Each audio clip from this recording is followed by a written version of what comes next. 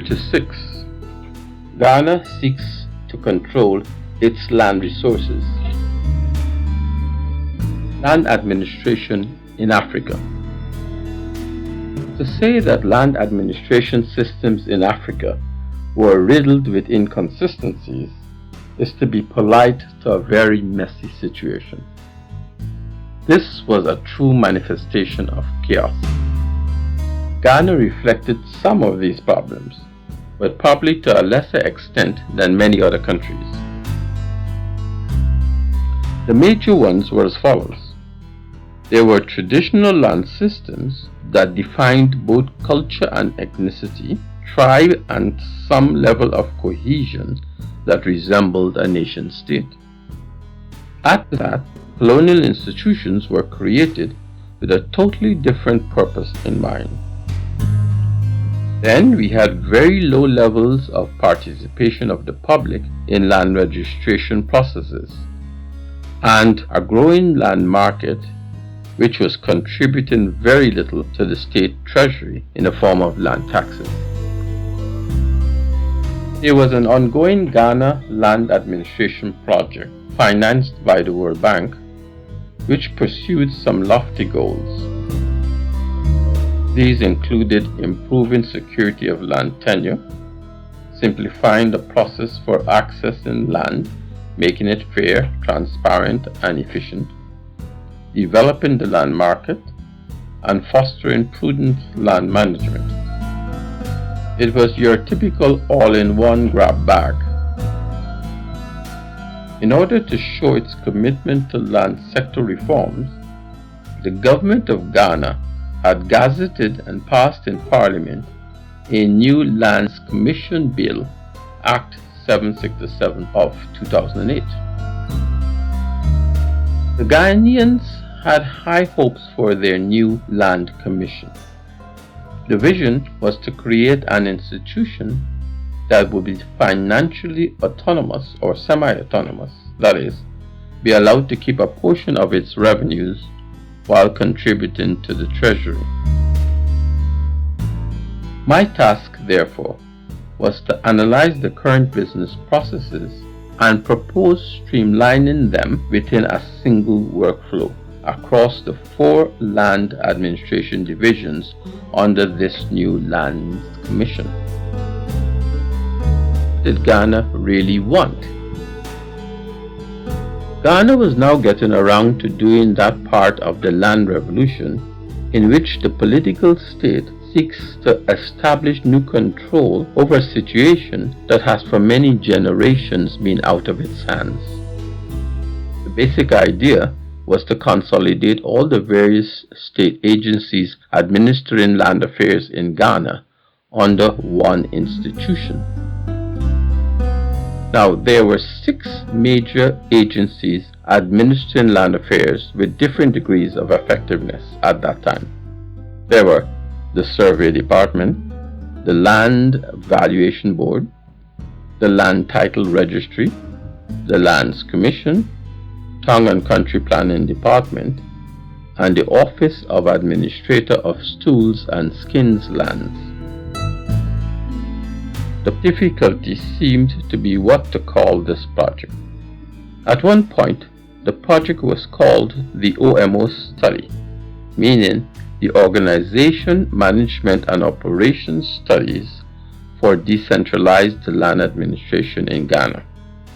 At another point, it was a consolidated exercise, how to bring the 6 major institutions administering land matters in Ghana under a one-stop service center. Then, at another point in my engagement, the term re-engineering the civil service was introduced. Looking on keenly, without being directly involved, were other interested parties. These included private sector land institutions, such as the Ghana Institution of Surveyors, the Ghana Bar Association, etc., the traditional land administration of the chiefs, known as the customary land secretariats, and the omnipresent World Bank in collaboration with the government of Ghana. By the time I arrived, everything had been focused on this one instrument for legally compressing 4 land administration agencies into divisions of a single lands commission. The Town and Country Planning Department and the traditional land structure were not included. The OMO assignment then became a study of the business, human resources, financial, and capacity development processes of these divisions and how we may consolidate and commercialize them into a sustainable lands commission. Traditional African land systems. The first office that intrigued me in Ghana was the administrator of Stools and Skins lands. What were Stools lands and Skins lands? I was amazed that not even the counterparts to the team of consultants, themselves Ghanaians, could explain to us the origin of stools and skins. The best answer I received came from a lowly shopkeeper who explained to me that these were the symbols of authority in Ghana. In Africa, controlling land is always associated with exhibiting authority. In the Ashanti region of Ghana, the symbol of authority was the stool. The Ashanti region is the cultural heartbeat of Ghana and is also known as the land of the golden stool. This is where you will find the second capital, Kumasi, founded in 1695 by the Asantehene Ose Tutu. When you go into the areas further north and east of the country, towards the borders of Togo, Burkina Faso, and Benin, the symbol of authority changes. There you will find a chief in charge who's likely to be sitting on a throne with his feet on the skin of a fallen animal or some ferocious predator of the forest. There he symbolizes his authority by his triumph over all living things on the earth, including his subjects. I inquired how many of these official and unofficial structures were there. No one around me seemed to know. However, while reading the daily newspapers, the Daily Graphic of Thursday, July 23, 2009, I came across a report on a project of the National House of Chiefs, which was in the process of documenting the line of succession in the various stools and skins in the country. This was the chiefs cataloging their authentic heritage. The newspaper stated that the project had completed 100 paramount chieftains, with 92 still remaining uncovered by the project. This is how I finally found out that there were at least 192 of these stools and skins administrative structures. Okay, I got that. But not so fast. For when you would think that you had the complete story, the griot was now beginning his enunciations of who begat what to whom, leaving you as confused as before. Coming back to the civil service, I found another aspect of tradition that was not native, but definitely foreign. It was called the staff durbar. This was a relic of the Victorian era. The term durbar was derived from a common Mughal term that meant the king's or the ruler's noble court, where the king held all discussions regarding the state. This practice arose in India at the time when the British Raj sought to display its intention to consult with those over whom it ruled. In modern history, the imperial durbar was held 3 times in India, in 1877, in 1903, and in 1911. The infrequency of such meetings reflected the high level of significance to be given to any one of these occasions. The Ghanaian civil service had adopted this as an administrative practice and continued it as late as 2009. It didn't mean much more than a talk shop, but it gave status to the civil servants who were invited to attend. Supposedly, it was a high honor for our team to be asked to present our initial findings to the staff Durbar in 2009. Being the one most familiar with the work, I was engaged to make the presentation. Colonial Land Institutions for Control. The original framers of this project were enthusiastic about creating this one-stop service center for land administration services at national, regional, and district levels. They envisioned an institution that would execute systematic land titling, demonstrate how new institutional arrangements and business processes can simplify land transactions, reduce the time and cost of transactions for all end users, and deliver a better quality of customer service. This sounds beautiful when listening to the officials talk about it. But wait a minute. Isn't this the same Ghana where the most crowded building after the General Hospital was the District Land Office? When I was invited to the Revenue Office, I had to literally step over files on the floor so as to get to the desk of the Director of Survey where he sat. Figuring out land relations in Africa is like reading an Odyssey. You quickly see why the British system of colonial administration in Africa had more practical advantages than the French system. In the British system, the colonizers sought to keep the traditional rulers in place while exerting their authority through a system of granting rights and privileges. In the French system, they insisted on imposing a cultural language structure in which occupation and control of lands replaced hereditary or customary inheritance. In both systems, the institutions may have the same name, but their missions and intentions differed. If you look carefully at some of the land institutions in Ghana, you could clearly sense their purpose by the way they were designed. For instance, the Survey Department was established in 1901 as the Mines Survey Department. The reason for this was to provide the colonial authorities with survey services to facilitate the granting of concessions on what was assumed as public lands for the exploitation of gold and other mineral resources. The idea of declaring lands to be public was also a colonial trick. You cannot define public lands without simultaneously identifying non-public lands. It was the old-time dialectics, one process, two aspects.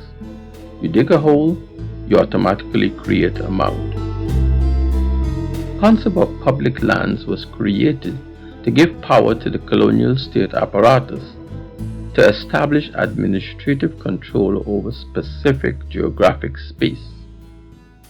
These were called public, and inherent in that definition were the powers of expropriation and a unilateral declaration of compensation levels. The Ghanaians love to speak about decentralizing land administration. In their mind, this meant maintaining organizational control from a central office for a dispersed network of local land registries. The joke was that the British left Ghana with only 2 such registries, one in the capital Accra and the other in the city of Kumasi. Furthermore, as in many countries in Africa, because of the colonial origins of these land institutions, they were actually regarded as the primary threat to the security of land tenure as organized under traditional land systems. People were always crafting their own ways of trying to get around these colonial bureaucratic obstacles. Strategies for land registries. How do you re-centralize an already fragmented system of land administration while pretending to decentralize power and authority over land in Ghana? One strategy put forward by the Europeans on our team was to adopt the same standards for data collection and records management throughout all registration systems. Another one was to implement clear coordination guidelines supported by memoranda of agreement between the various institutions in support of land registration. You could see how they were thinking. Bury them in paperwork. Here was another dichotomy that I had not experienced in the Caribbean. When they introduce a uniform operational standard, what appears to you as an instrument to resolve operational chaos is really a measure that increases the transaction costs to the customer. The evidence suggests that transaction costs exceeding 5% had a strong impact in the African setting. If it costs persons more than 5% of the value of the property being registered just to conduct their land transactions within the law, they would defer from registering the property transactions or alternatively provide less than true property value. We are aware of measures in other jurisdictions that both reduced the number of procedures and the cost of registration.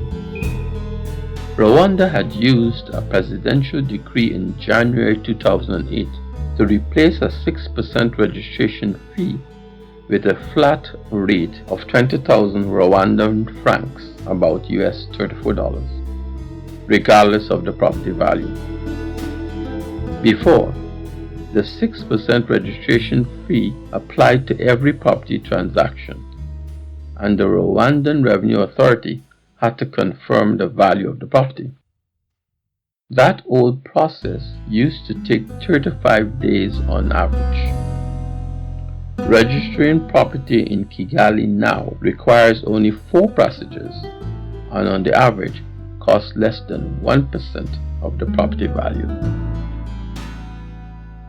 You would be surprised at the stories circulating around land taxes in Africa at that time.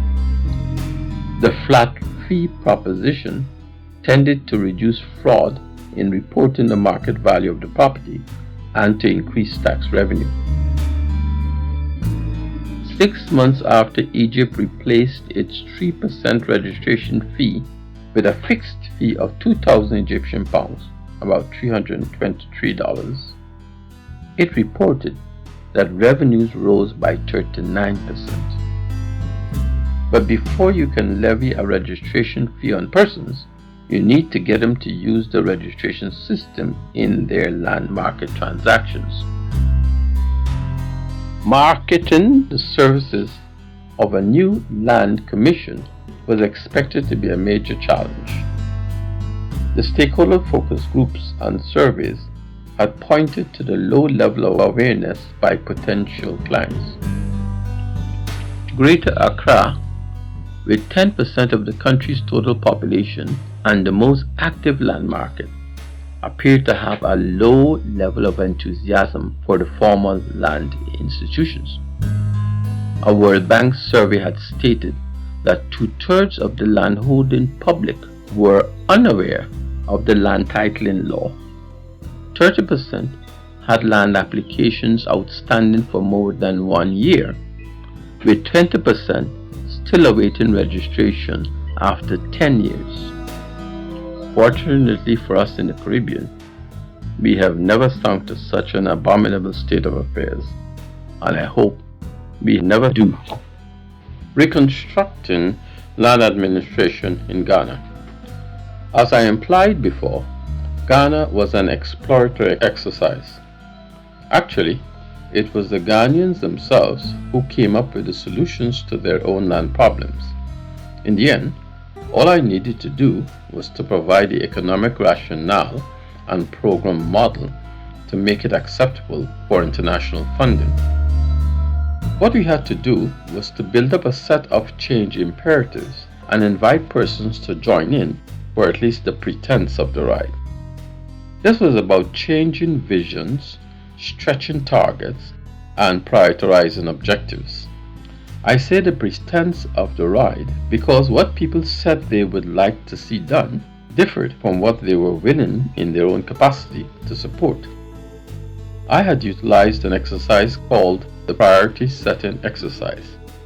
It was fortunate for me that they had no idea what this was going to do before they undertook the exercise. What the priority setting exercise did was to separate out a series of options expressed in terms of their implications. Then we asked persons to rank them in terms of attractiveness, meaning that it had the potential to deliver benefits, and feasibility, meaning that they themselves can capture the benefits that this arrangement offered. It was interesting to note the vast disparity in ranking on any one item between attractiveness and feasibility. Everything was attractive, but nothing was feasible. You are right to think that by this time I should have already left Accra homeward bound. I also had to be very careful of other groups who were acting quietly in the land market in Ghana and in other parts of Africa, skillfully avoiding the scrutiny of public attention. These were unsolicited private sector interveners with a different intention. In Ghana, an NGO called Opportunity International Savings and Loans, seeing a business opportunity, had positioned itself as the trusted broker between land claimants and the land title registry, under the pretense of expediting the entire process of land registration. This group comprised 4 heavy hitters: International Land Systems (ILS) Inc., in partnership with ESRI, the global leader in geographic information system software; Trimble Navigation, maker of survey and global positioning equipment; and Opportunity International, a world leader in microfinance. They considered it their mission to establish a private sector-led approach to land registration, which to them meant helping the foreigner lost in this maze of traditional land systems to actually buy and own the land. To us, it meant facilitating land grab by foreigners. When you are doing the type of consultancy in land affairs, persons expect you to figure out what to do with these sorts of externalities. In Ghana, this included questions on how to compete with these private interlopers. To cover all eventualities, we included in our reconstruction such structures as a marketing unit that will lead the development of long-term strategic marketing plans at the corporate and regional levels, based on systematic registration and the responsibility for its action plan with annual reviews and updates. A policy and strategic planning unit to provide professional support to the re-engineering implementation team that worked on the workflow integration and new processes implementation, and a common multidisciplinary inspection team to handle all inspection assignments for all divisions. Making a profit on land transactions.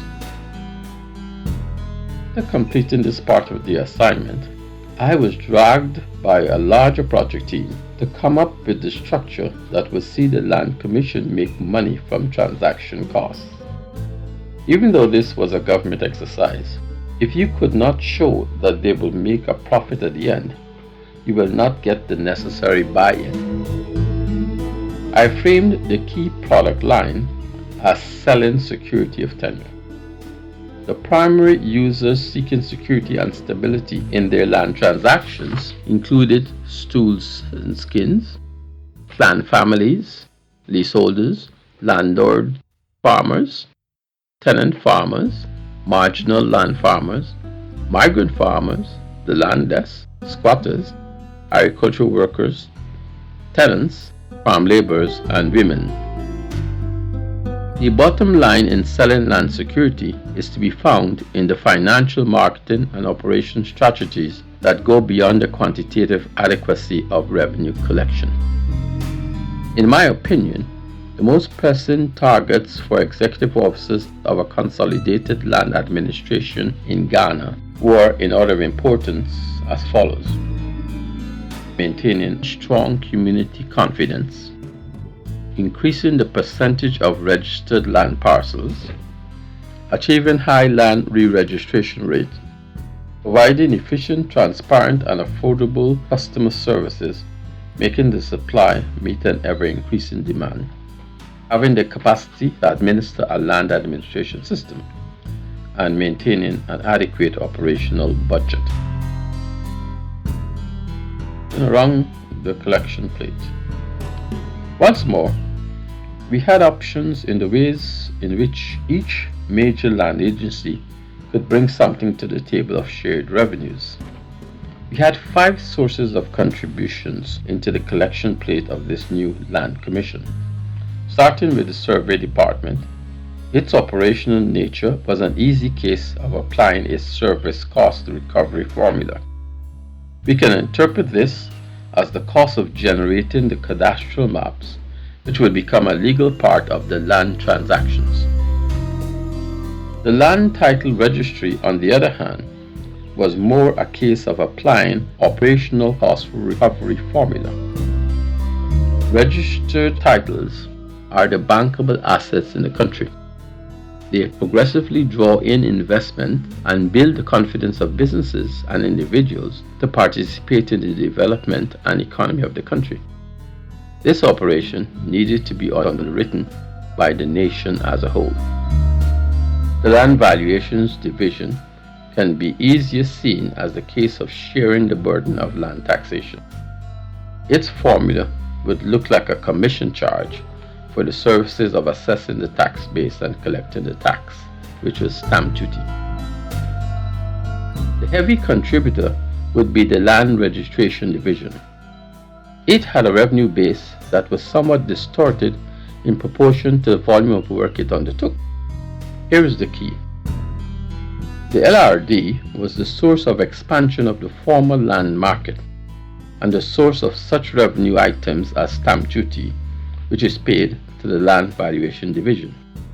Yet, there was a dynamic coordination that needed to be maintained between these two divisions. Together, they held the key to land market expansion and growth in the revenue potential of the new Lands Commission.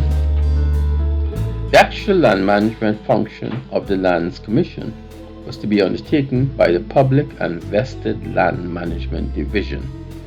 This also looked like the case for an agency commission, with exception that it should also perform such services as estate maintenance, monitoring, and surveillance. I learned from Ghana. Ghana opened my eyes to a level of detail in land matters that was not apparent in the Caribbean. The first lesson was that occupation of land space is the seed of cultural identity and kinship.